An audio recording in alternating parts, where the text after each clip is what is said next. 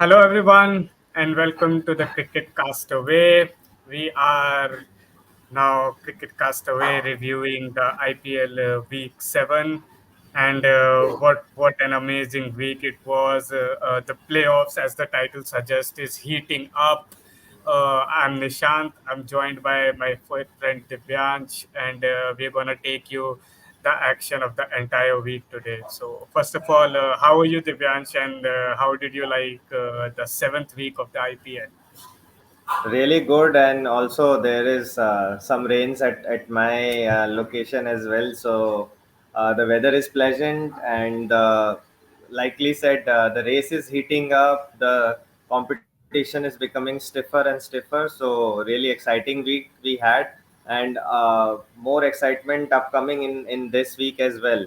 So a lot of you can say a lot of unexpected results came out in this week, and whatever predictions I had in my mind, majority of them got overturned. So really saw some brilliant performances, and what a week we had. So great to great to be here and talk about whatever transpired during this week 7 of the IPL. Really good week. Yeah, yeah, it was actually amazing to see the fight back from a few teams that we think thought that there was no fight in them, and then a few teams which we thought looked really strong contenders for the playoffs in the week 6, but now it looks like they're getting their tournament is getting derailed very quickly. Yes, definitely. CSK is the top name that comes in mind in terms of the campaign getting derailed. So they were in a really strong position at the beginning of the tournament, as well as last week they had a really good chance of going into the top four. But right now they are sitting at the number four just on the basis of net run rate, and it can very easily slip up from their hands in a split second, in just a matter of match. So every game from here now is really important for the teams playing that game, as well as the other teams that are fighting for a place in top four. So barring Rajasthan and KKR, the fight is still on for the third and fourth place, as we can see here. We Yeah, have KKR at the top, Rajasthan at number two, then Sunrisers, and then Super Kings. So yeah. Super Kings is just hanging by a thread, and now their fate is not entirely in their hands. A lot of things have to go right as well in the other matches for them to qualify. So the race has become really stiff Yeah. now. Yeah, I think the most interesting thing is what we said when the week 6 ended. Lucknow Super Giants looked like one of the teams who were favorites to qualify. They were sitting pretty at fourth, but this week has just table turned their season, and now they find themselves even below Delhi Capitals and just Yes. above RCB, which is interesting for the season and for the table itself. But like, what a quick turnaround for the fortunes of this side. Definitely. What a turnaround of fortunes. At one moment, uh, Sunrisers were looking like they are getting behind in the race, and then what a comeback they had this week. My God, what a destructive pair of openers they have got. So we have seen a whole another strategy from a team Yeah, that, and looking at Sunrisers past, this strategy is just completely opposite, like going yeah, from defending low totals like 130, 140. Now they are yeah, demolishing the opposition bowlers and yeah, setting targets that are unimaginable. yeah, Forget about the chase, even to score it in first innings, those targets yeah, are unimaginable. So there was one chink in the armor that was appearing brighter and brighter every match where they were asked to chase. But yeah, in this match they also proved that they are good chasers as well. So Yeah. Uh, just looking at the table, I think because the KKR and Royals both have played 11 matches, which is one fewer than all the other teams, and they're at sitting pretty at 16 points each. So I think at this stage right now, it's pretty comfortable to say that they both will definitely make it to the playoffs, because the other, if you look at the other teams, only Sunrisers is the one that can potentially reach to 18 points. Apart from that, Chennai, Delhi, and Lucknow both can maximum. All three of them can reach to a maximum of 16 points, yes, which is the total that KKR and Royals already have. So I think it's safe to say that KKR and Royals will at any cost qualify. But yeah, because of the fact that Sunrisers, Super Kings, Capitals, and Lucknow Super Giants all all can probably reach. Those Sunrisers can reach to 18, but the other three can only reach to 16. It means the table is really opened up for one of those three teams at least, if you're not including Sunrisers in the bracket. yeah, definitely. So apart from the bottom three, it's still pretty open. Even RCB is counting on some Yeah, unimaginable mathematical yeah, calculations to qualify. So they are not yeah, losing hope, and yeah, it's becoming tougher and tougher to yeah, stop the Royal Challengers campaign right now. Like they look like a different team. yeah, Since they have started this winning streak, so yeah. their mindset and their look has entirely changed. Yeah, I think the only thing that's going against both Royal Challengers Bangalore and Gujarat Titans is the fact that they both can only reach till a maximum of 14 points. Yeah, there are mathematical permutations where they can qualify even at 14, but I think they've left things far too late to reach to a peak form that they're showing right now. Probably even if they would have one more game, they were right in the hunt. But as of right now, the chances for both Bangalore and Gujarat looks pretty bleak. Definitely, a fairly slim chances they Yeah, have right now. And looking at the net run rate of Gujarat Titans, I am considering them as good as eliminated. So yeah, only I'm counting only RCB as having some kind of a chance to even yeah, be in contention of the fourth place, because their run rate is pretty good, and they can score 14. If they can score 14 points, there can be some scenario where they might be able to qualify. yeah, So yeah, yeah. The thing with Chennai is that they too have a net positive run rate, and Delhi and Lucknow both have negative run rates. So that is right. probably something that still works in Chennai's favor. But Chennai's last two games are really difficult. So now it's very hard to say who from these three teams is actually gonna make it. Definitely, and looking at the bowling stocks of Super Kings, just like we saw yesterday against Gujarat Titans, it's really tough. They can only count on one thing, that they have one match in Chepauk against Rajasthan Royals. So if they can create some favorable conditions for their spinners, and then Shivam Dubey can crush the opposition bowlers, then there might be a scenario that they can beat RR. But it's really tough because they are going up against the most consistent team of this IPL season. So it would be a mammoth task to Yeah. beat the Rajasthan Royals. Yeah, as you said, I mean, the table right now looks really hot, and I think we might actually have to wait till the last game of the playoffs, which probably is Chennai versus Royal Challengers Bangalore, to actually find out who would be the fourth team to make it to the playoffs. Which like IPL every year keeps on delivering, and that's probably why we love it. This season has spectacularly been amazing, man. Definitely, it might go till the last match or the Yeah, last weekend to know who are the final top four. So that's the beauty of this league, that it keeps you hinged till the end of the tournament. So yeah, really yeah. good games coming up. Yeah.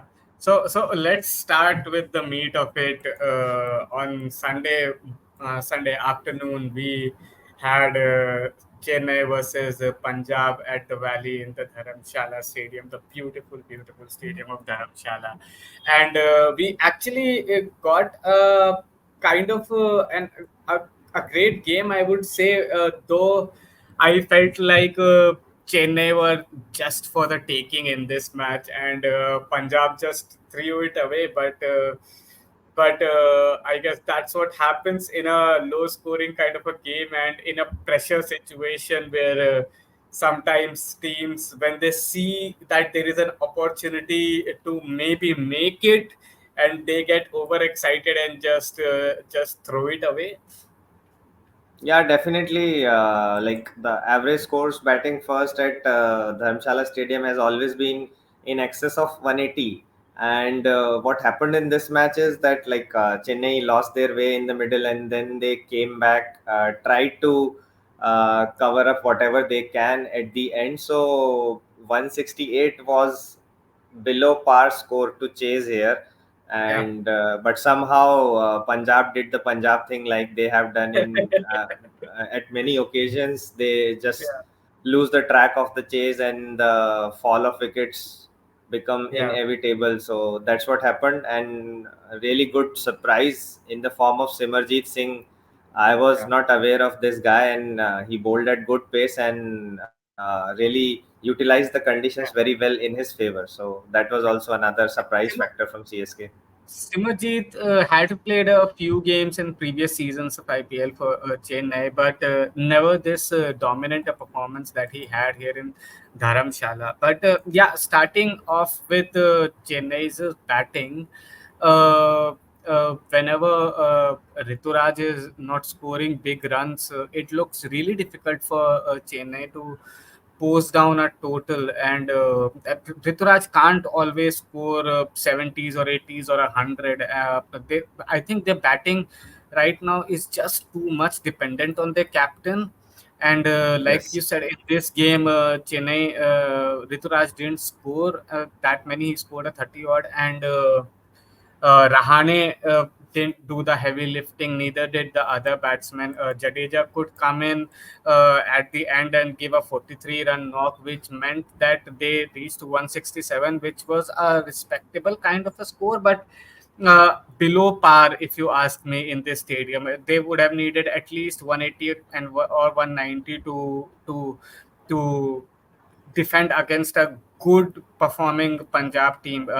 They were lucky that Punjab didn't bat the way they could, but Yes. at the halfway mark, I thought Chennai were well and truly 15 or 20 runs short. Definitely, they were 20 runs short, but and it was expected that a team that is coming from a historic 260 plus run chase, it would not be that difficult for a team like that. But then again, Punjab bundled out really fast, uh, so that worked in the favor of Chennai Super Kings. So Prabh Singh gave a good start, but then the likes of Johnny Bairstow, Riley Russo, who were the mainstays of their uh, chase, also the last time, the last few instances, they just couldn't contribute much in this match, and that summed up their Yeah. innings. And also, guys like Ashutosh Sharma also couldn't click well. That's where Simarjeet Singh came into picture. He really surprised Ashutosh Sharma with his pace and taken him by surprise. Yeah, I think for Punjab's bowling, if we talk about it, so they had spent a lot of money on Harshal Patel in the auction last time around, and the expectation was that he was gonna deliver at the death, which is kind of a specialist role for him in the IPL, and he didn't start the tournament that well, but now he is consistently picking up and getting those Yes. wickets, and he's in the top 5 or top 6 wicket takers in this season's IPL.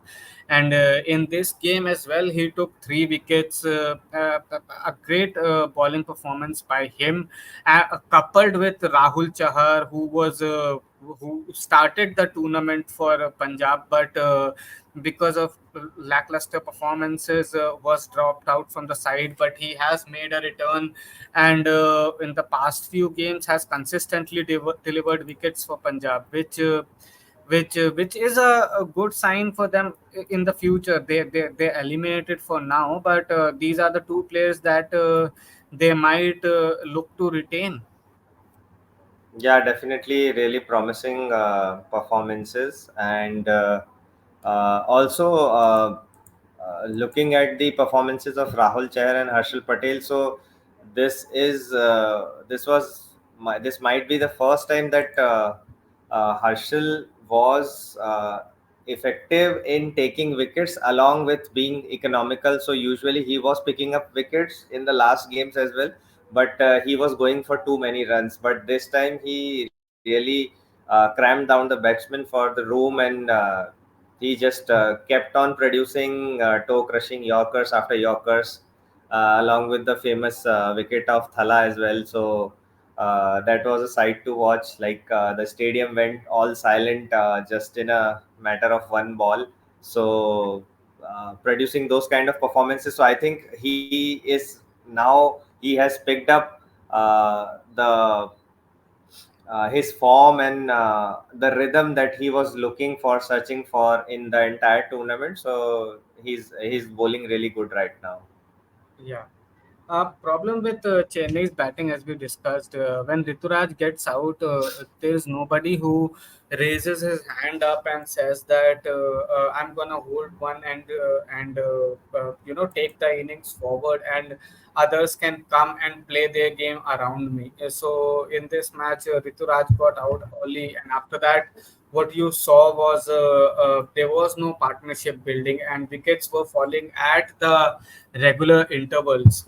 So that meant that Chennai could never gather the momentum to reach to a respectable score. And I think kudos to Punjab bowling for that. But then going on to their batting, I think it was shambolic, and there are no excuses for this.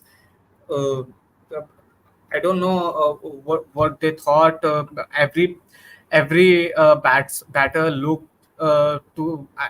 It felt like from the screen that they had already assumed that they were either winning this game or they were already out, and they didn't care, because nobody took the responsibility to stay till the 18th over and take this side home, because the total wasn't that great, and they just played ugly shots and kept losing their wickets, which was strange in a game of that magnitude and that importance for both the sides.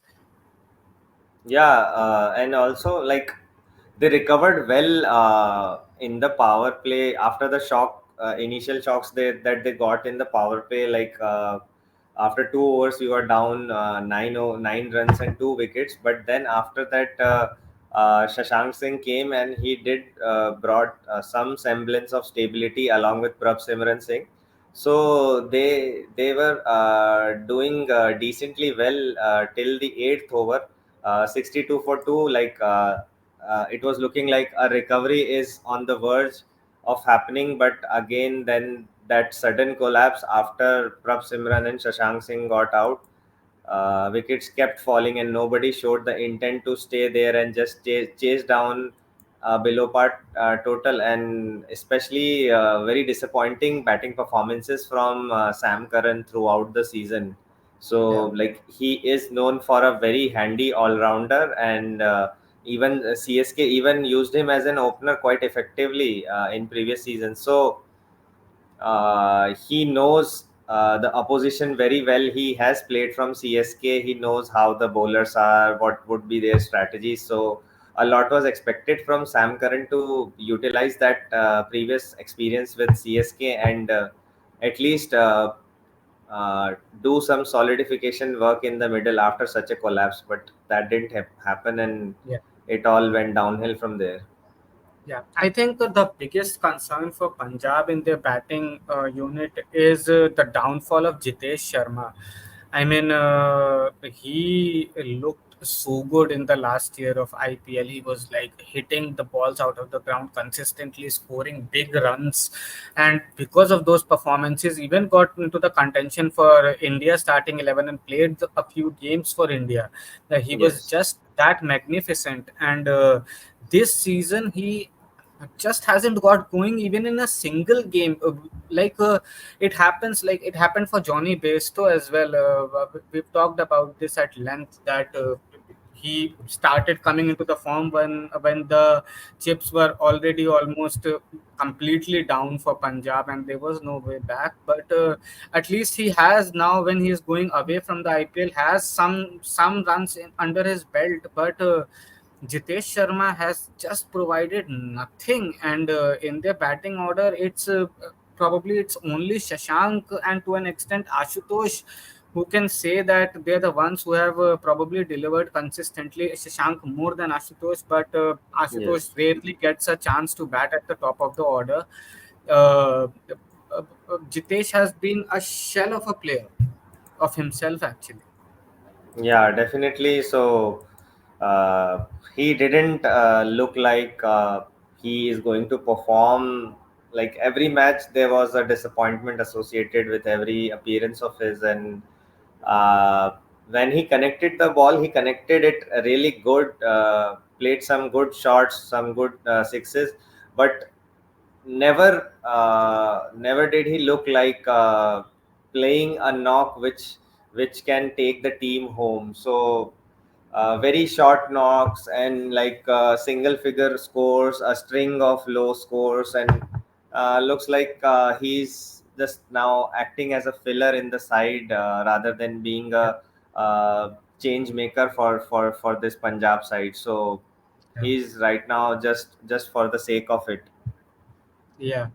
I think overall this was a disappointing performance from Punjab. A factor can also be that they have two home stadiums at this point of time, so they play in Mulanpur and then for a few games in Dharamshala. So probably they can't get used to the pitches that much, but it was an away game for Chennai as well. So probably Punjab has played more at Dharamshala than Chennai have, and Yes, Chennai themselves had a batting collapse in this match. So it wasn't like it was only Punjab. It's just that if Chennai had a collapse, Punjab had an even greater one, which is, I think it's down to Punjab batting and Punjab batting alone.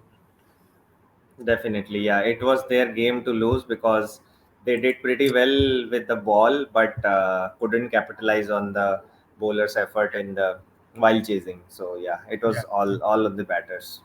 Yeah. So that meant that Punjab were now really down in the doldrums, and we'll talk about their next match in the later part of the episode.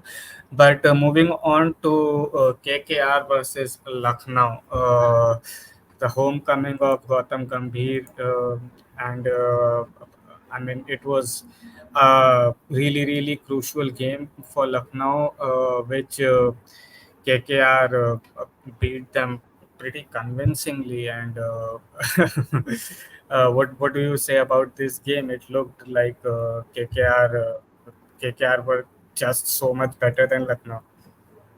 Yeah, definitely. It became pretty one-sided after KKR finished their innings at 235 for 6. What a performance again from Sunil Narayan. This guy is producing gems after gems, and not sure why he's not interested in representing West Indies one last time for in the T20 World Cup.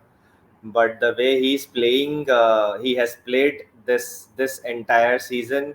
He has cemented his place, and he might be on the way, very well on the way of getting retained by KKR for the next season. So I'm not sure about Dre Russ yet, but Narayan will surely be retained for the next season. Yeah. So yeah, Yeah, I mean, just look at his batting performances throughout the season. They have been amazing, and he is easily the MVP of the tournament. There is no one that's coming close to him in this right. game. As he scored an 81 of 39 balls, with 6 boundaries and 7 sixes. I mean, this guy is just keeps on delivering, aging like a fine wine. I honestly didn't think at the start of the season that he had this kind of a season left under his belt, and he is the one player who surprised me the most this season, because every now and then I keep thinking that probably this was the last time we saw the best of him, but every single game this guy just is performing with the bat, and that means he's carrying that confidence with his bowling, and his bowling again seems to be like Sunil Narayan of 2013 or 2014. I mean, what a season this guy has had. Definitely. And the point is, he's not stopping at quick fire 40s or 50s. He is taking the game deep. He is trying to maximize the start he has got, and he is scoring big 50s. Like Yeah, majority of times, he has gone into yeah, 70s and 80s. yeah, So that's the kind of form he is right now into. So yeah. an invaluable asset Yeah. for the KKR side. Yeah, I think a lot has to do with Gambhir here as well, because Sunil Narayan played his best cricket in the captaincy of Gautam Gambhir, and it's no surprises that he hadn't been performing for the last few years the way we thought he was. He was when Gautam Gambhir was the captain, he was consistently opening, and then after he left, he was just not picked in the side as a batter and was thrown into the eighth and to the ninth spot. And in the last season, his average was 3 runs for the entire season. He was scoring at an average of three. From an average of three to this probably the best batter this year of the IPL. It's amazing, and like obviously, as you said, like why would he want to waste deliveries, because he knows his limitations as a batsman. He's not a proper batsman. He knows one way to play his cricket, and that's see the ball, hit the ball, and let's see what happens. It's just that this year he has been immensely consistent, and this is probably his best batting performance of his entire career in an IPL season, which is amazing and commendable. Yeah, definitely mind blowing, and very ably selected, ably supported by Phil Salt at the top. So that fiery knock, only he could have matched the strike rate at which Narayan was playing. So again, another Yeah, partnership at the top with a 200 plus strike rate from both the openers. yeah. So Yeah, great I think assets. last year what KKR were searching for the most was an opening partnership. So they had tried all of their batters except for Sunil Narayan, of course, in the opening spot. So you could see Rahmatullah Gurbaz, you could see that Bangladesh opener. Keep forgetting his name. Uh, there were a lot of things. So Venkatesh Iyer opened a few games. I mean, nothing was working for them. But this year they've consistently stayed with that combination of Salt and Narayan, and they have consistently delivered. And Salt has been such an amazing pick for KKR. Definitely. Now, even at the start of the season when we were doing the preview, we thought that this was going to be a good buy for KKR, simply because he was world number two at that point in the T20 batters, and had had an amazing season before that. But nobody thought that he'll be this good for KKR. And kudos to the management for selecting him, giving him the platform to perform to his best ability, and the guy has delivered consistently.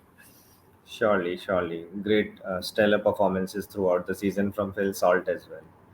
Yeah, but moving on to Lucknow, this week has been really, really strange for them because uh, this team looked very strong. They looked all round abilities were amazing. Stoinis was performing, Rahul was performing in the middle. Deepak Hooda had started chipping in with important knocks, which meant that.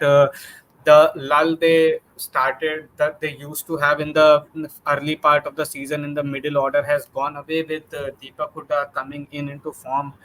But right at the time when they needed their players to rise to the occasion and take them to a playoff spot, everything crumbled down for them. And this week has been a pure disaster for them.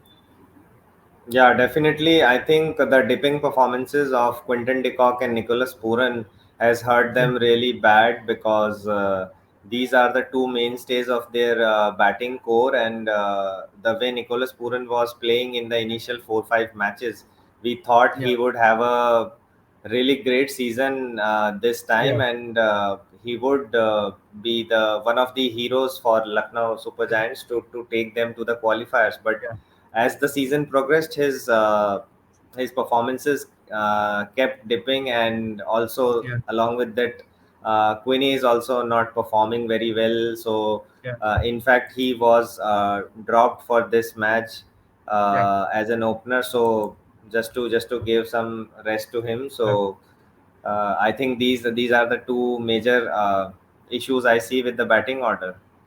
Yeah, I think they've also gone down from their vision of building this team because uh, they built this team for low and slow tracks, right? And what that meant was Nicholas Puran wasn't really getting into the game at the Ekana Stadium in Lucknow, but every time in the previous seasons when Nicholas Puran went to an away ground, he won the match for KKR, and in their home ground, it were the other players. So it was KL Rahul, and it was Deepak Hooda and Ayush Badoni, and those kind of players who could play in the turning and low and slow wickets that took Lucknow home. So it was a really, really well built side for the low and slow pitches, but this season what we have seen is that Lucknow pitch has also gotten really good for batting, probably to get Marcus Stoinis and Nicholas Puran in the game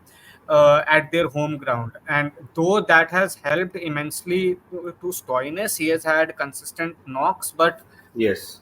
Nicholas Pural just went off the boil, and when someone like a De Kock and a Puran, who are your two of the most important batsmen after Rahul and Stoinis, perhaps these are the four people who are interested with that responsibility to consistently perform, and two of them are not. Then this is what happens. You find yourself really inconsistent.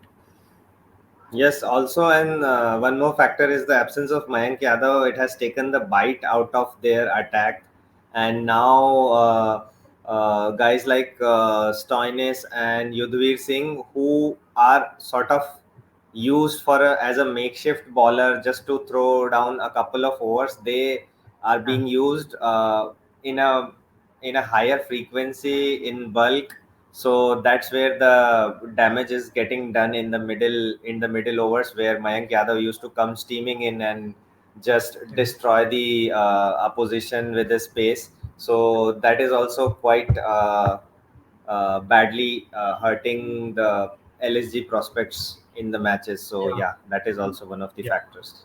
So I think if they would have lost just this one game in the week 7 and probably did a better job against SRS, they still had a great chance of qualifying for the top 4. And we'll talk about the SRH game in the later half of the episode.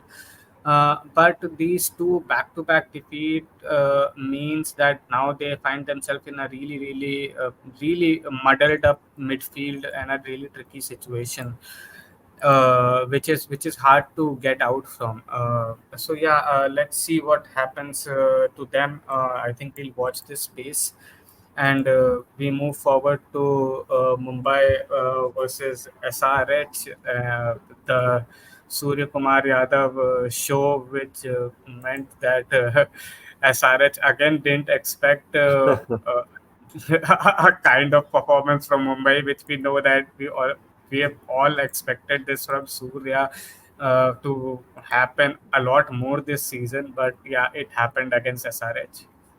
Yeah, definitely it was purely bad luck for the SRH, like CSK had against Lucknow when Marcus Stoinis played that brilliant knock of 120 plus.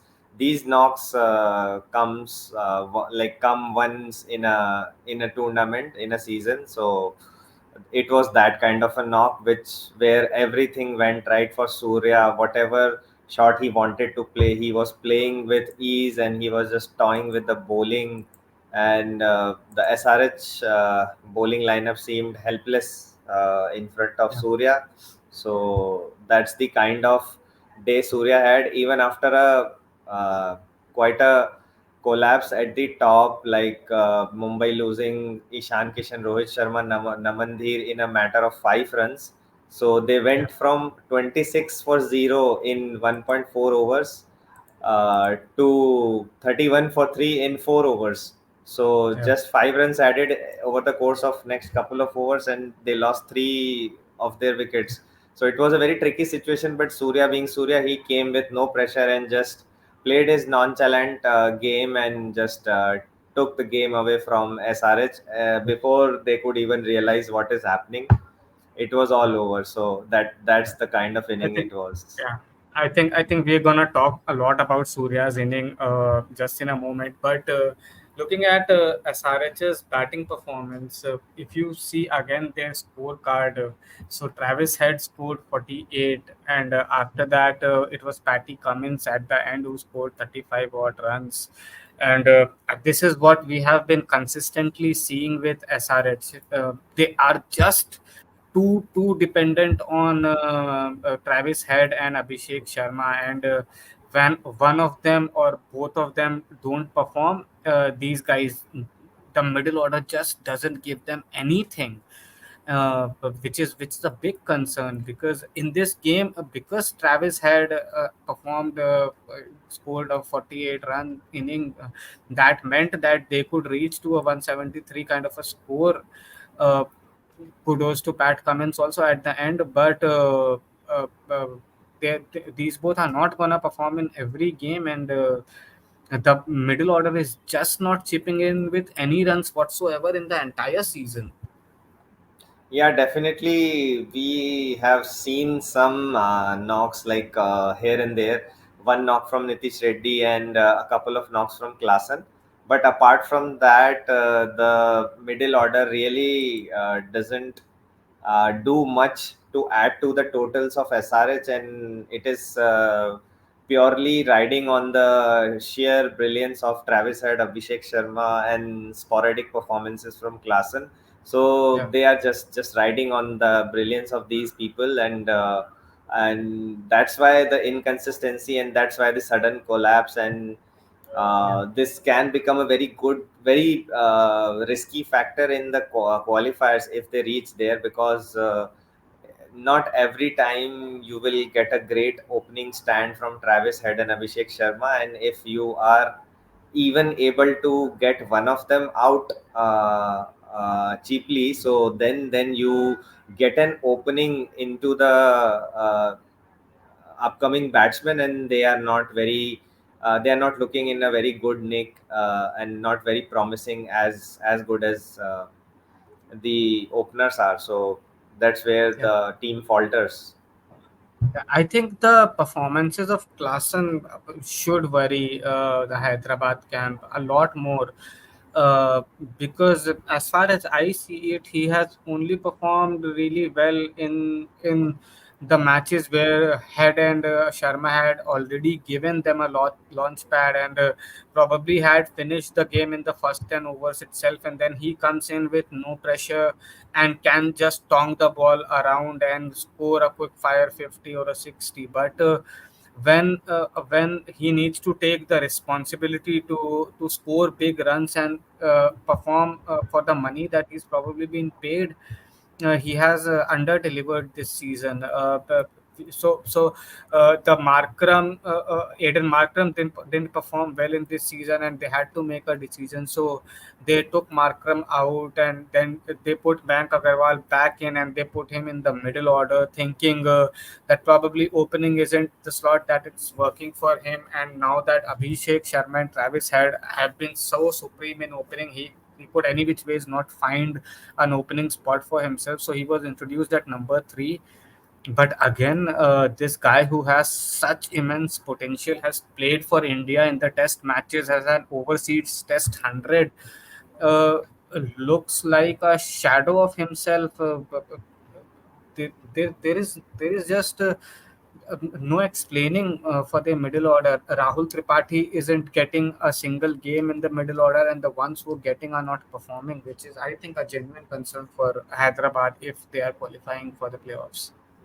Yeah, definitely they have to. They should sit down and analyze what are their fallback options, and what if a couple of wickets fall quickly from the top and you don't have Abhishek Sharma and Travis Head, then what happens? Who is going to take the mantle to up Yeah. the run rate and to score the runs? And these kind of fallback options and scenarios they should analyze before the qualifiers, otherwise it might end up very quickly for them.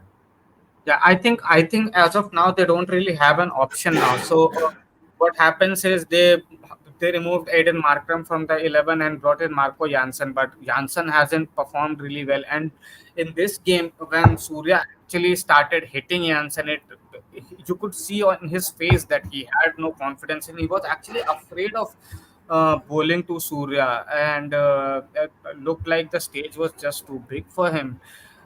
In such a situation, when a player in that mindset, I think your only option now is to remove Janssen. And Markram has had a few games on the bench, watching things from the side and reflecting upon his performances. He is a big match player, and he is the number one player in South Africa right now. So I think Markram comes straight back into the team, and they will hope that now he is in a better mindset to take responsibility of that middle over, because he is a South African captain. He's really experienced, one of the best batsmen in the world. He should pull up his socks and take responsibility of that order if and when Head and Sharma don't fire. Yeah, definitely he should marshal the troops in the middle, and like a leader he was in the previous seasons, he should uh, look to form partnerships with guys like Nitish Reddy and Shahbaz Ahmed, so that they have some semblance of stability after, Yeah. in case of a quick collapse in the power Yeah. play. So and it has to and be guide these given to people, a guy like him. and guide these youngsters in that on that pitch when they're surrounded by a 60,000 odd crowd. You need to, because you were the captain of this team last year, and you are in the middle. There's youngsters around you. You should guide them. So I saw a very good example of that was in the Lucknow versus Kolkata game, when their new opener, this young guy called, I'll just Arshin Kulkarni, yeah. So he was sent to open with KL Rahul, and he was facing Mitchell Stark, and KL Rahul consistently kept going to him and just asking him to calm down, just asking him to breathe. And though he got out to with Stark in that same over, because it's just the nerves, he's just a young kid. But KL Rahul was looking to, guide him through this situation, showing his experience and understanding that this kid probably has never played on a stage like this. I think that is what Markram also needs to do with the players around him, guide them through their innings if that's what's required, because he is the one in that middle order who is experienced and who can hold the batting lineup together. Yes, definitely. It's the onus is on Makram, and It's also on the management to keep faith in him.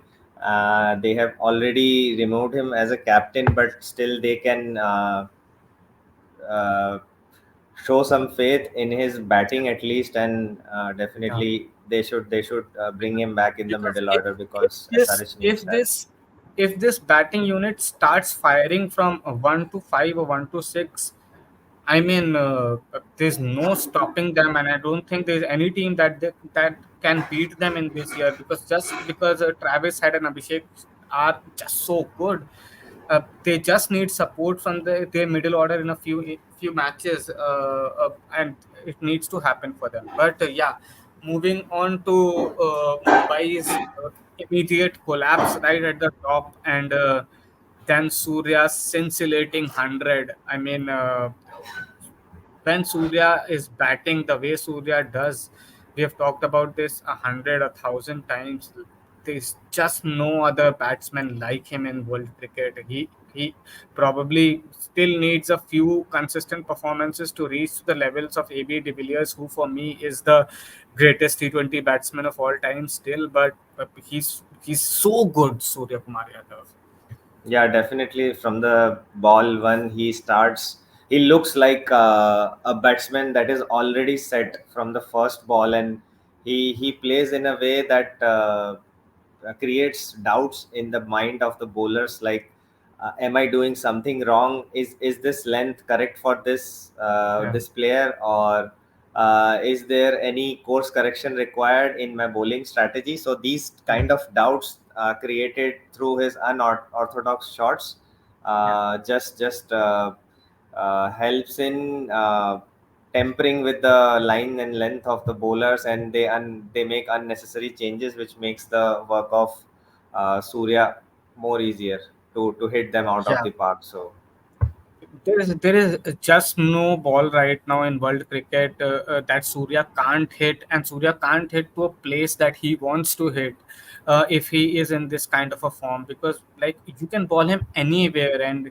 he'll just pick his spot and hit you. I mean, that's why I compared him to AB de Villiers, because that is what his great quality was.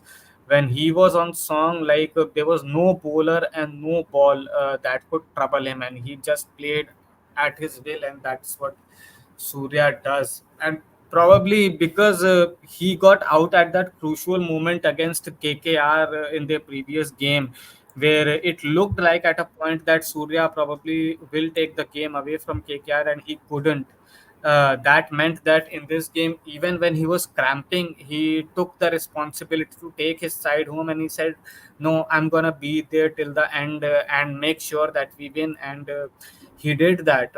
So kudos to him, and a really good sign for the T20 World Cup for India as well, because God knows that India would need a lot of these type of innings from Surya in the future. yeah, definitely. At least uh, we are very sure of these three players: Surya, Virat Kohli, and Sanju Samson. They will go into the World Cup all guns blazing, and they are in the form of their life. So at least we can rely on these three. Yeah, yeah. So again, this was a tricky game for SRH, which they probably needed to win. But Mumbai, who are already eliminated, just made things things a lot more tricky for Sunrisers. This is what the beauty of this league is. Moving on to Delhi Capitals versus Rajasthan Royals in the Arun Jaitley Stadium in my hometown.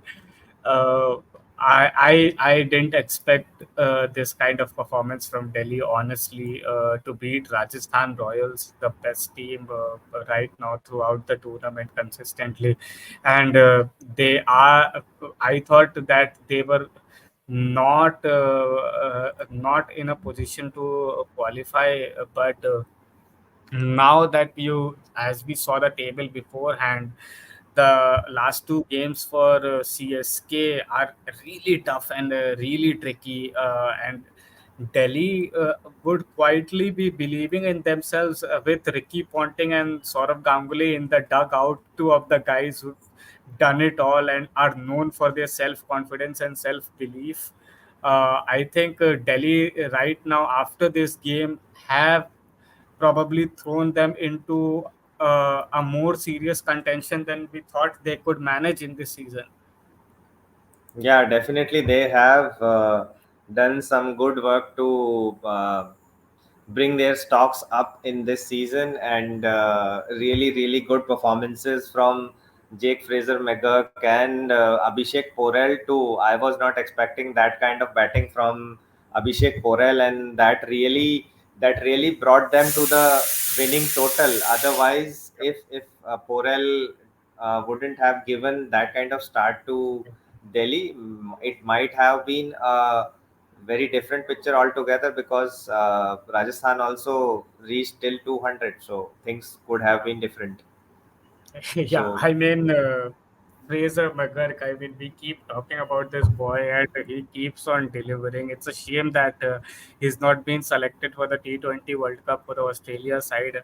I mean, probably it oppositions, whoever is coming to face Australia in the World Cup, would probably be the sigh of relief that it's not him they're gonna bowl in the first over, and probably it was the last World Cup for David Warner, so they gave him the courtesy of appearing here. But I mean, he is not letting David Warner have a look in this side, and amazing display of power hitting, baseball hitting. That's what that's what Ashwin said actually in his mid-game interview after the Delhi Capitals innings. He said that probably we are at a stage where we are seeing a lot more base ballers coming into cricket, and that's what Fraser McGurk is. He's a base baller. So yeah, and he plays like that. He has a baseball stance. He like swings his bat like this, and but it's not mindless hitting. He's picking his spots and hitting those shots, and 20 ball 50 gave Delhi a brilliant launch pad. And you rightly pointed out Abhishek's Porel contribution there, and then the star of the season for them in Tristan Stubbs, consistently performing right at the death, meant that they could reach 221, which was in a small stadium like Arun Jaitley Stadium. Anything can happen, and a power-packed batting unit like Rajasthan. But what turned out was that probably Sanju Samson was the lone warrior in that run chase, and nobody else chipped in to give him a hand of support. yeah, definitely a lot was expected from the likes of Roman Powell, Donovan Ferreira, who is also known for his hitting prowess. So it was uh, rare failure for Ryan Parag, although still he is the second highest scorer of the Rajasthan team, but still we are calling it a rare failure, because that is the kind of consistency that Ryan Parag has displayed in this tournament. So it was a lone battle for Sanju Samson, and he was willing to do it all alone, and he almost did it.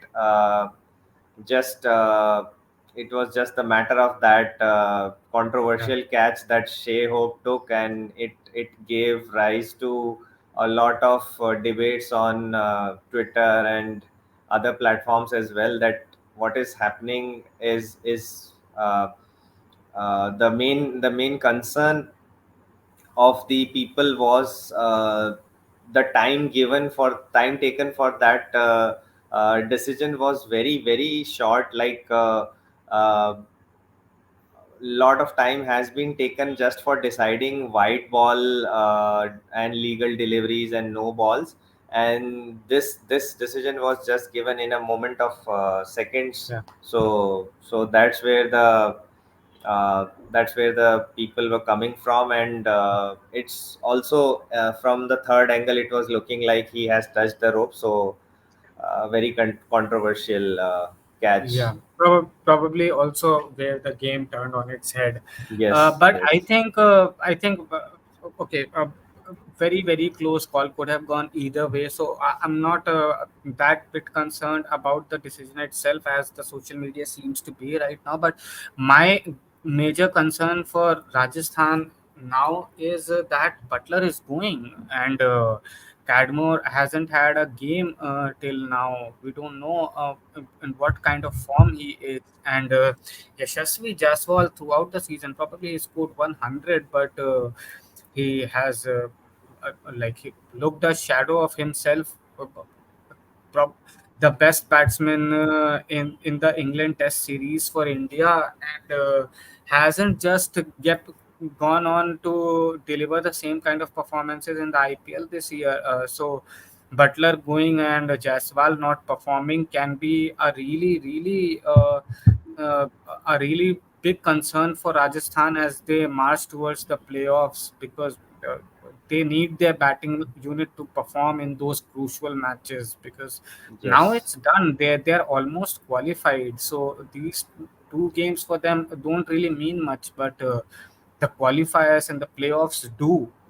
And they need Yashasvi and their likes. So Sanju Samson can't. Sanju Samson and Riyan Parag to an extent.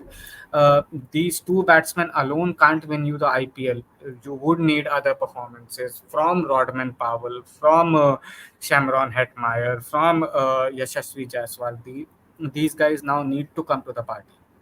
Yeah, definitely, because tomorrow the game against CSK might be the last one for Butler, and then he's off to England for the World Cup. So now the campaign has to be driven by the core of Indian players, and also the West Indian duo of Roman Powell and Hetmeyer. So I think due to the dwindling returns of Hetmeyer, they wanted to try out Donovan Ferreira in the last match, but he didn't. He was, like, we can say, unlucky, and he didn't get much of game time and got out very early. But he might get another look in the game against CSK, and Rajasthan might be hoping that if he fires, that would bring some good hope to. Pun intended, to Rajasthan for going ahead. So that's how they should want to shape up for the qualifiers and ultimately the final, because I see this team with the potential to reach all the way to the finals. So Yeah. Yeah, but again, in order to do so, the other players have to step up and perform in the batting department, because their bowling looks sorted. I mean, this is one of the best bowling lineups in the IPL, with Trent Bolt and Sandeep Sharma operating at the top, and then you have Yuzi Chahal, and now Ashwin is also in the party. yes, The bowling is pretty much sorted. It's just that, and for that matter, I don't think that they should play Josh Butler in against CSK as well, because uh, any opener that they want to replace Butler in the playoffs should at least get one or two games before the playoffs actually begin, just so that he can get his feet going. He can understand the role that he's playing, and I don't think that Josh should be played in this game, but I think that's for the management to decide. But again, a really good game, a really interesting game, and one that has kept Delhi's hopes alive to stay in, to probably put a stake for the playoffs. uh, right, right, moving correct. moving to Sunrisers versus Lucknow Super Giants, and oh my God, if I could say that this was probably the only game of IPL this season where I could say that the pitch was changed at at halftime, because when Lucknow were batting, I mean, it looked like a completely different cricket. They scored 165 in their 20 overs, and uh, and they were only 4 wickets down. So it wasn't like they weren't trying to score runs, or they ran out of batsmen, and that's why they couldn't score big. It was just that the batsmen were not able to hit the ball, whatever they tried, and it looked like a seriously tricky wicket. KL Rahul was struggling, who's so good, who has been so good throughout the season. and then these two openers from Hyderabad come in and show that no, this pitch had no demons in them, and chase the score down in 9 overs or so. Man, this was crazy. Yeah, definitely. And I would also like to give some credit to the brilliance of Bhuvneshwar Kumar. What a comeback it has been. Since the Yeah, last four matches, I am watching him, and he is not letting batsmen score at a run rate more than 6 runs per over against him. So really, really pleased to watch the vintage Bhuvneshwar Kumar. And again in this game, he was the one who broke the back of Lucknow Super Giants and taking the wickets of Quinton de Kock and Marcus Stoinis. So both the destructive players were gone just in a matter of a couple of overs. So that was a really pleasing sight to watch, and that's where Lucknow sort of panicked and sent Krunal Pandya up to up the ante, and then Krunal Pandya couldn't hit the ball that well and got run out. yeah, And then Puran and Ayush Badoni came out, and they did well. They played yeah. almost at a strike rate of 180 plus. It was just the opening slot and the initial overs where they couldn't capitalize the power play, and a Yeah. lot of credit goes to Bhuvneshwar Kumar as well for that. No, I think first of all, the decision to send Krunal above Nicholas Puran or Ayush Badoni was a wrong one, Yes. right off the bat. Because when you have a start like that, where your captain KL Rahul is scoring 29 of 33 balls, like a strike rate of 87 in such a crucial game for your side. I mean, this is unheard of from KL Rahul. I mean, he not only wasted a lot of deliveries, but then to send Krunal up there when you needed now to up the ante. And Nicholas Puran, as you rightly said, both Nicholas Puran and Ayush Badoni were batting really well. It's just that there were no more deliveries left for them to play, Right. and probably if they were given those 20 balls more which Krunal faced, they could have easily reached the total of 200, which would have at least given them some hope against this batting lineup. But that didn't happen. But I think obviously kudos to Bhuvi for the kind of bowling that he has done in the later half of the season. It has been immense. But this game again was just madness from head and Abhishek Sharma, and these two guys are playing. It looks like they're batting on a different surface, and they're just different kinds of batsmen and different kind of batting from anything that I have seen in my life. Yeah, definitely. So altogether, a performance on another level. Both guys playing. Travis had played at a strike rate of close to 300, and Abhishek Sharma playing at a strike rate of 270. It was unbelievable, unbelievable stuff from the openers of Lucknow Super Giants. And yeah, you don't get to see it, and at least it has never happened in IPL yet that consistently a openers of a team has scored at this pace. Like it Yeah, has become a child's play for these two to cross yeah, 100 runs within the power play itself. So yeah. really, really destructive duo. Yeah, but it's just that, even Sunil Narayan and Phil Salt have a habit of, reaching a 90, 85, 90, 95 run total by the end of the power play. But after that, they just slow down a bit. Though Narayan keeps on going, but Salt then consolidates the innings to go further. And uh, but these two guys, they seem to up the ante even after power play. Their strike rate keeps going up and up and up, and if you don't get them, they'll finish the match in the first 10 overs, as they've said. I mean, what kind of batting is this? You're scoring 167 runs in 9.4 overs. I mean, if this was and people say that these guys are not great chasers, but they were chasing this time, and if they were batting first on this occasion, the score would have been more than 300 by the end of 20 overs. And it's not beyond them, because this is a side who has scored 277 and 287, which is crazy. And Yeah, I mean, anyone who comes up against them in the qualifiers, if they qualify for the playoffs, is going to be really scared of these two. Uh, if you get either one of them or both of them out, you have a great chance of winning that match. But till the time these two are batting, I mean, there is just no way any other team is gonna chase those runs down. I can't see anyone else batting the way that they two do. definitely. It's like an imperative for the other team to get them out as soon as possible. Otherwise, if you let them stay till 6, 7, 8 overs, you are more or less being batted out of the match, and that's the kind of performances that they have displayed till now. So yeah, it's just to get an analogy, it's like a sports car without any brakes. So there is only one way to stop it.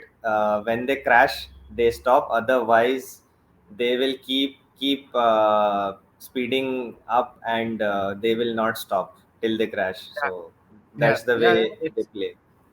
It's exactly the same.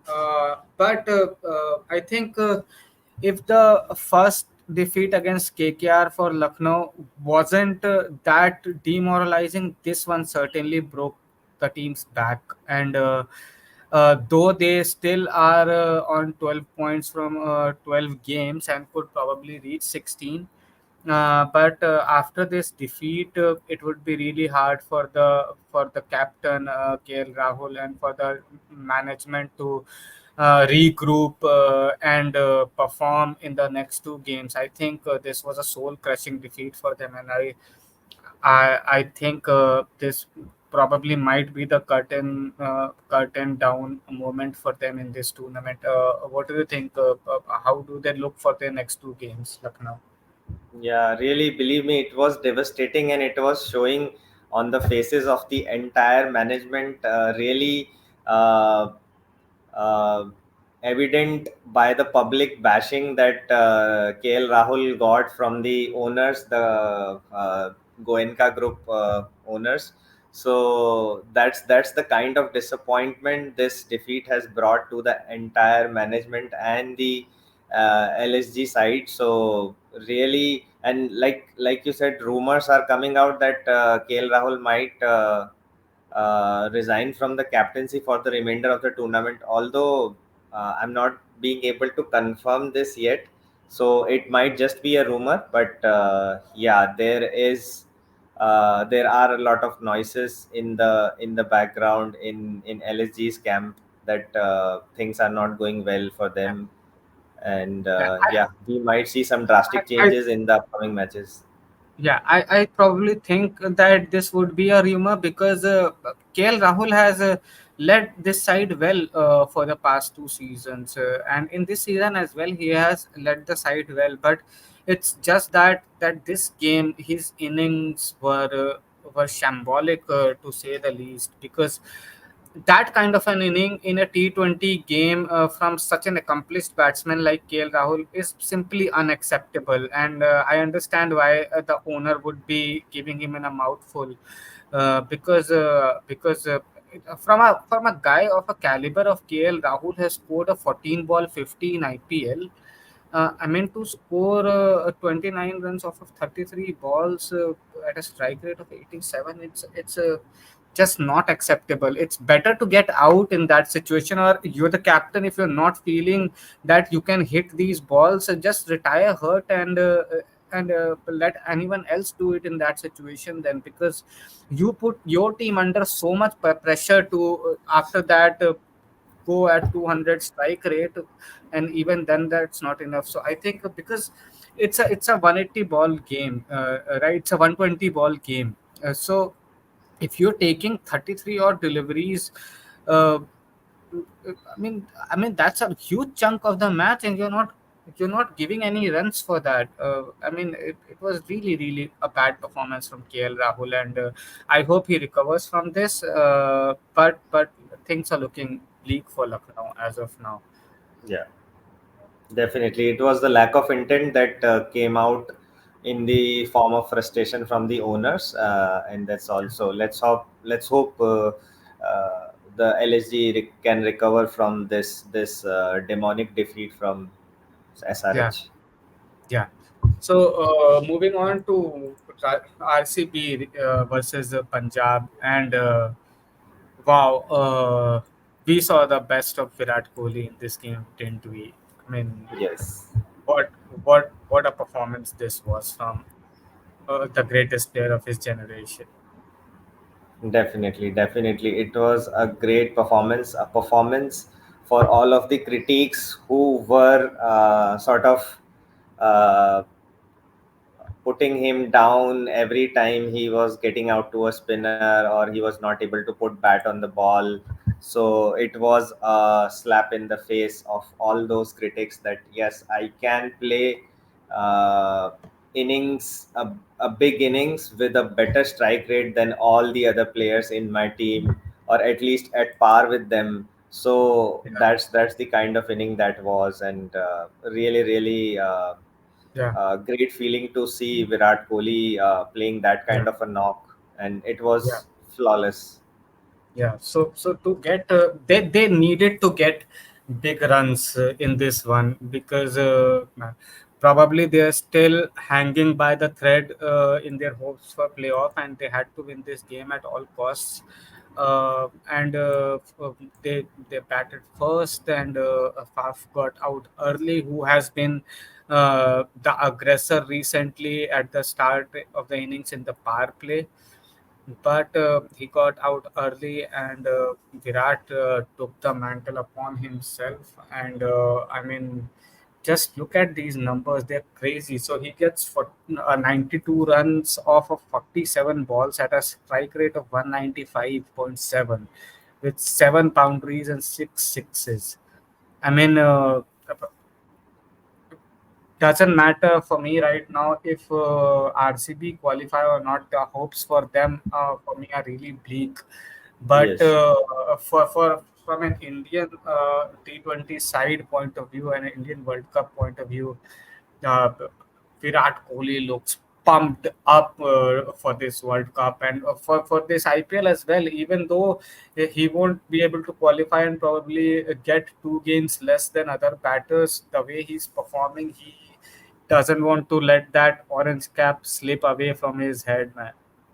Yeah, looks like he's just using this platform, whatever matches are left for the preparation of the upcoming T20 World Cup, and he just wants to give his best because he also knows that this would be his last World Cup appearance in any of the formats. So that's why he's giving it his all, and that's what we are looking forward to, and that's Yeah. really great for the India side as well. Yeah. So the only criticism that critics would keep on laying on him all throughout the years is that, yeah, he scores big runs, and he scores big runs in power play, he scores big runs in IPL in an Indian jersey, but his strike rate is never that high. But this guy has everything in his locker, and I think it's just silly to question him for anything for that matter when it comes to batting, because as you rightly said, like there is nothing you can say against this man. For a lack of a better word, the greatest T20 game that I ever saw in my life was India versus Pakistan at the Melbourne, and Yeah. the way that he chased those runs down, and those two Haris Rauf over sixes. It was just Virat Kohli, and though he cried at the end of that knock in that stadium, I think a half a billion people in India cried as well along with him, because we had never seen anything like that, and we never thought that India can come out of that situation. And the caliber of this man, he's just a modern great and a genius. And by the time that he retires, probably some would say he's even bigger than Tendulkar. For people like us, probably Tendulkar still would be the bigger god. But even to have a conversation with Tendulkar for him is just shows that Yes, how big of a player he is, and what a great player he is. definitely. Yeah, he's set for greater heights in the upcoming months that are left in this year, and we will definitely see him achieve those heights. Yeah. So there was nothing I think to talk about. So in this game, I think uh, it was uh, uh, uh, it was Dinesh Karthik who scored a quick fire run. Cameroon Green also had a 46 run of 27 balls. So it's good to see Cameroon Green come back to form. Rajat Patidar also scored 55 runs at 23 balls at a strike rate of 240 odd.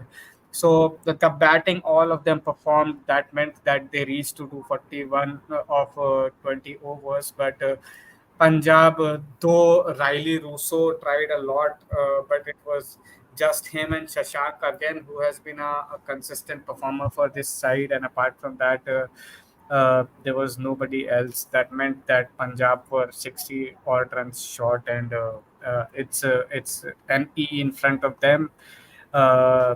They lost the game they should have won against Chennai, and now they lose against RCB. So it's season over for Punjab. Yeah, definitely. And they did try to give a good chase, and but again, the failure of Jitesh Sharma, Liam Livingstone, and even Ashutosh at the back end. So it hurt them really bad, and they couldn't carry on from there because. Yeah, guys like Russo definitely required support from the other end as well. If you want to chase a mammoth total like this, like a 242 is not a joke. Yeah, So you needed Shashank Singh also to play a little longer, and then the hitters like Jitesh Sharma and Livingstone, if they could have given Punjab a 40 runs of yeah, contribution in quick time, this might have been a different game altogether. But as we know, Jitesh Sharma is just there for the sake of it, and he's like really not performing at all. So yeah. that's There is the there is only one template to chase such a high score, in my opinion. There has to be one batsman who has to get 100, and there has to be at least two or three around him who need to get to quick fire 30s and 40s of 10 ball, 15 ball, 20 ball. There is no other template to chase a mammoth score like this. So when they chased down Kolkata's score at the Eden Garden, it was Johnny Bairstow who got that amazing 100, and then Russo and Shashank gave those quick fire knocks around him to take Punjab home. Apart from that, in the innings, so when Mumbai was chasing Hyderabad's score, they fell short because there was no big 100 and contributing innings around them. Then Bangalore also tried to chase Hyderabad's score down, and they couldn't because there was no 100 and innings around 100. So I think to chase a big score like this down, the only template is that one person needs to get 100, and other two probably need to, two or three need to have quick fire innings around that 100. When that doesn't happen, you might get close to the target, but you're never gonna make it because there needs to be a set guy right till the end to guide you through that total. And probably that didn't happen, which meant it's bye bye for Punjab in this tournament, and RCB hang on by a thread and holding that thread by their teeth uh, yeah. as a, as And a, as a yeah. yeah, and this win with a huge margin gave them a quite a good boost in their net run rate as well. They came into positive, and this win by 60 runs like brought them up to plus 2.206. So that's quite a jump for RCB, and now they would be more optimistic towards their chances, although they are fairly slim, but yeah, they Yeah. still exist. So the last game of the week, and I'll let you go in this one because I think you're the best person right now to talk about this game.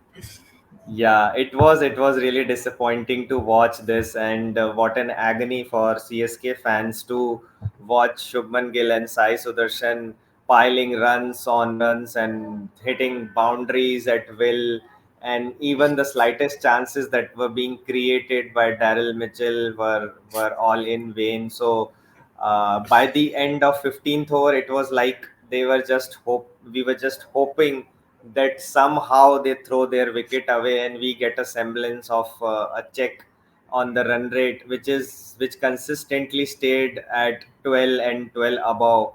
So that was the scenario yesterday, and even Ruturaj Gaikwad, who is sort of a cool guy, was seen losing his cool a couple of times. So that was the story, and the crowd was pitch blank silent because the CSK supporters were there in ample amount, but they had nothing to make noise about. So that was the kind of sort of a treatment that CSK received by the openers of Gujarat Titans. And just like the commentators, I was also wondering where was this opening combination throughout the season? Why did they persist with Riddhiman Saha so long when the two best batsmen of their side could have come together and tried to dominate from the top, and it came out They're really also good left and against right. CSK. Yeah, also a left and right combination, and it came out really good against CSK. So uh, partially due to lack of teeth in the bowling attack, but it would have at least helped them to uh, might turn their fortunes in some of the previous matches. So that was the question that was in a lot of people's mind. But yeah, from a CSK perspective, the wrath ended when both of them threw their wicket away in order to accelerate the innings, and that's where CSK could somehow bring sense to the end of the innings. Like in the last 5 overs, they just only went for 40 runs. Still, Yeah, it was a total that was above par for that stadium, and it required a lot of yeah, batting brilliance to chase down, and it was not to be. Although they tried, but it was not to be. So that yeah. was the long and short of that match for me. I'm one of the biggest Dhoni fans myself. Everybody in the country is, uh, but what I've been feeling a bit strange for the last 2 seasons now. I think IPL, what it needs right now and what it's lacking right now is a bit more tribalism for the clubs by their own supporters. So I've been noticing this in the previous season as well, and now in this season when CSK reached Lucknow to play in that massive ground with an 80-90,000 odd capacity. Uh, it was mostly Lucknow locals who were there in that stadium, but they were all wearing a yellow jersey. What would that mean for a Stoinis or a Rahul or a Puran who feel that this is their home ground, but they're supporting Chennai in this game, and you see all around like I would probably commend RCB fans. In this regard, like they are really tribal and really fierce supporters of their team, and Chennai obviously is because every other stadium where Dhoni goes is yellow, so Chepauk has to be yellow. But again, in this game as well, it's in Gujarat. It's Gujarat Titans' home ground.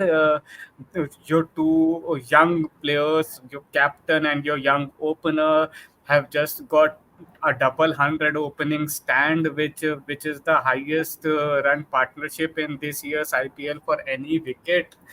And you're not happy for your home team. You're not cheering your own boys, which is which is kind of strange to me, and I don't know why. I mean, you can come and watch Thala, and everybody wants to watch Dhoni, but still, at least have some regards for your own players and your own club, man. I don't know why Indian fans are doing that right now, but probably as the years go by and the fan base becomes more and more mature, there'll be a much more tribalism among the clubs, and it won't be just about one player, but the team and the club itself, which is representing your city, your state, or something like that.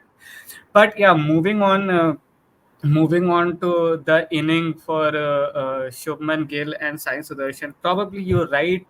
Probably it was the absence of Deepak Chahar and Fizz right at the top that the bowlers weren't able to swing that ball that much, which meant that it was a pretty teethless bowling attack, and that meant that Gill and Sai Sudarshan capitalized on it and just went going from strength to strength, and posed a really good total on the board. But I'm more concerned about CSK because CSK of old, when they see that there is a pathway to make it to the playoffs, uh, uh, when they know that it's realistic to make it to the playoffs, I think them and Mumbai are the most dangerous sides than in this IPL when they can see a pathway to the playoff. And they had a pathway to the playoff, and this is, as you say, Thala's swan song is his last IPL, and and CSK of old, I think, would have chased this down. And I think the way Rahane batted, the way Rachin Ravindra got run out, it was, I think, it was a bit irresponsible for me. I mean, especially Rahane. He should have. He's such a big player. He has been such a immense player for India over the years. He should have taken the responsibility and guided Ravindra, who's this is his first season, but we know the guy has talent. He can score big runs at a very fast pace. But I think it was a bit immature and irresponsible for both of them. Yeah, I think bad luck for CSK and Ajinkya Rahane. I think he is going through a really lean patch, so he should have taken some time before going out and attacking all over the place. So that's where I think he faltered, and then that silly run out, and it made things worse for CSK because for this kind of a run chase, a good power play, a good opening stand is required so that you have the base to capitalize on in the later stages. And this really didn't happen. And within the first 3 overs, they lost their number one, two, three. So it was really a catch-up game from then on to try to catch up to the required run rate. And Daryl Mitchell did that for a good amount of time till the 12th over. But after he got out, again the collapse started. So And I that's think the we're story. seeing we're seeing the same pattern repeat right in front of our eyes again in this game when Rituraj Gaikwad doesn't score big. Uh, I mean, it's very difficult for CSK to go on and win this match, and it's not Rituraj's fault. He's not gonna score in every single game for you, so it has to be the others who need to take the responsibility. And I think Daryl Mitchell and Moeen Ali, for that matter, they took CSK from those early stumble to a place where if they could have stayed a bit longer on the crease, or if Shivam Dubey could have did what we have come to know of him in this season, there was still a chance for CSK to do something. but as I've been talking to you about for a good few weeks now, I mean, what Harbhajan said makes sense, and I mean, Dhoni needs to come up in this order if they need to chase these runs down. He can't just come when you have to score 60 out of 20 balls, and these 20 balls, this is the most that he has batted in this season's IPL. That's 20 balls. There are 20 balls left when he came. So in other matches, he's only coming to play the last 4 or 5 deliveries.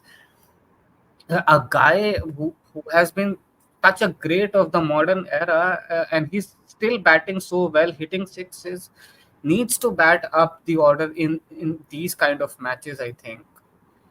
Yeah, I think he should have taken the risk, but then there is a statement also that came from Stephen Fleming that if he could, he would.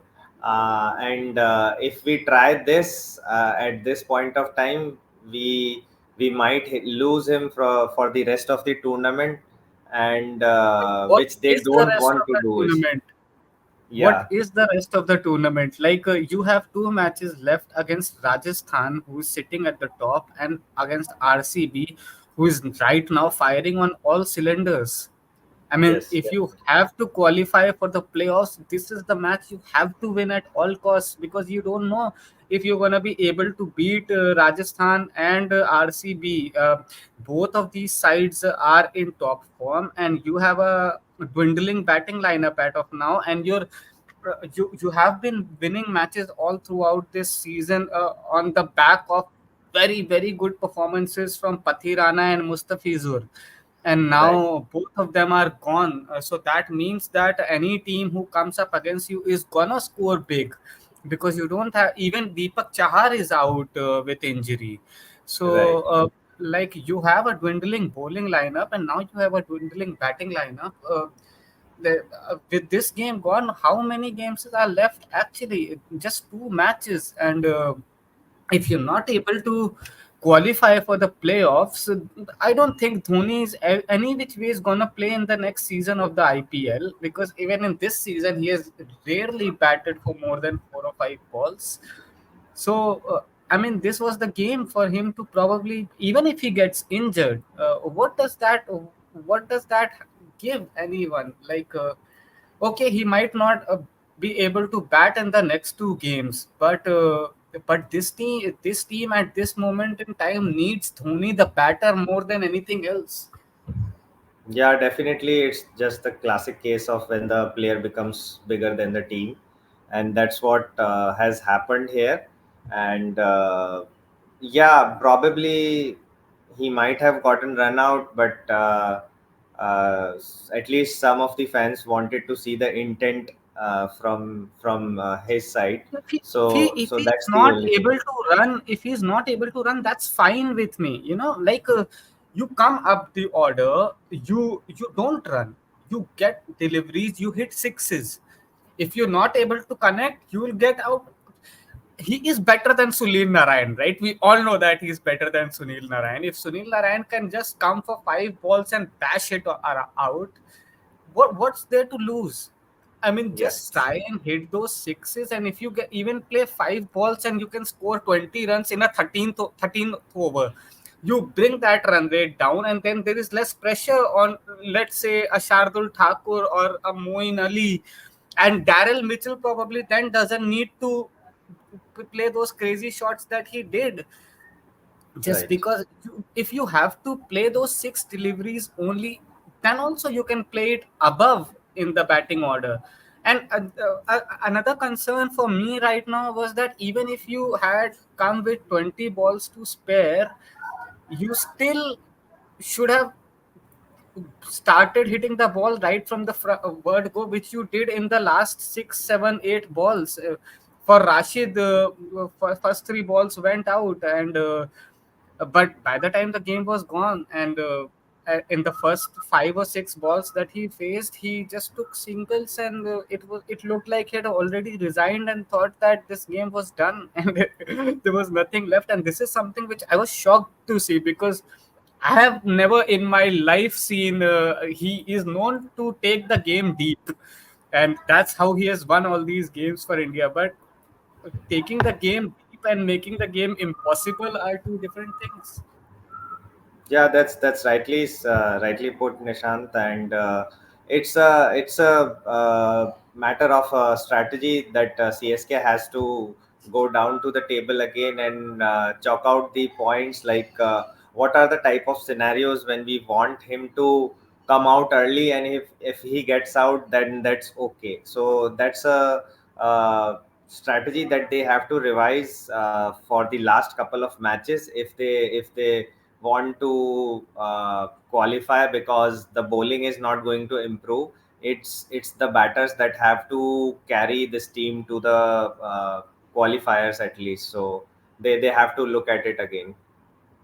Yeah, yeah, yeah. So I think it's a tough road ahead for CSK now because the two teams they are facing are really difficult opponents, and RCB look really dangerous.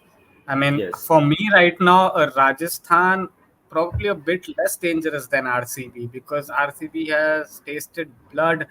All of their batsmen are on form. Rajat Patidar is in form. Cameron Green has now come into form. Dinesh Karthik is consistently performing, and you have Virat Kohli who just performs in every single game.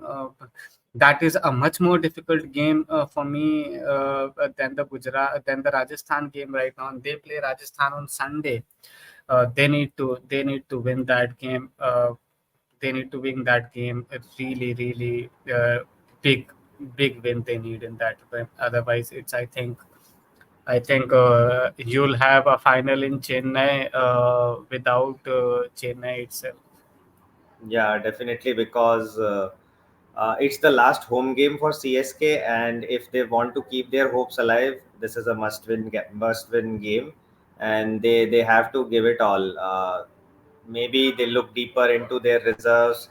If they have a surprise bowler, I'm not sure. I do not remember the entire squad, but if they have a surprise element, maybe a mystery spinner, or maybe someone who has a special knack of taking wickets by surprising the batsman, they have to dig deeper, and they have to come up with a solution that can at least last for till the finals. So yeah, Yeah, they have to do it. yeah. But I think there is no other way for them. Now is the crunch time for them to do CSK things, and let's see if they're able to do that or not. So I think yeah, Divyansh, this I think was our episode for IPL Week 7 review. The next week, the week 8 is going to be the one where everything gets decided. I think the 1 and 2 are already decided this week. 3 and 4. This is gonna be amazing. Starting with the game on Sunday for CSK versus Rajasthan. Yeah, I think correct. I think it's gonna be a lot of fun. What are you looking up to for the next week? Yeah, definitely. One match is CSK versus Rajasthan Royals, and then there is a match of Delhi Capitals versus Lucknow Super Giants. It will decide the fate of both the teams. Whoever wins keeps their hopes alive. Otherwise, that's the elimination game for both the teams. So that Yeah. is also one of the interesting games to watch out for. Yeah, yeah. So, guys, this was our episode for the Cricket Castaway.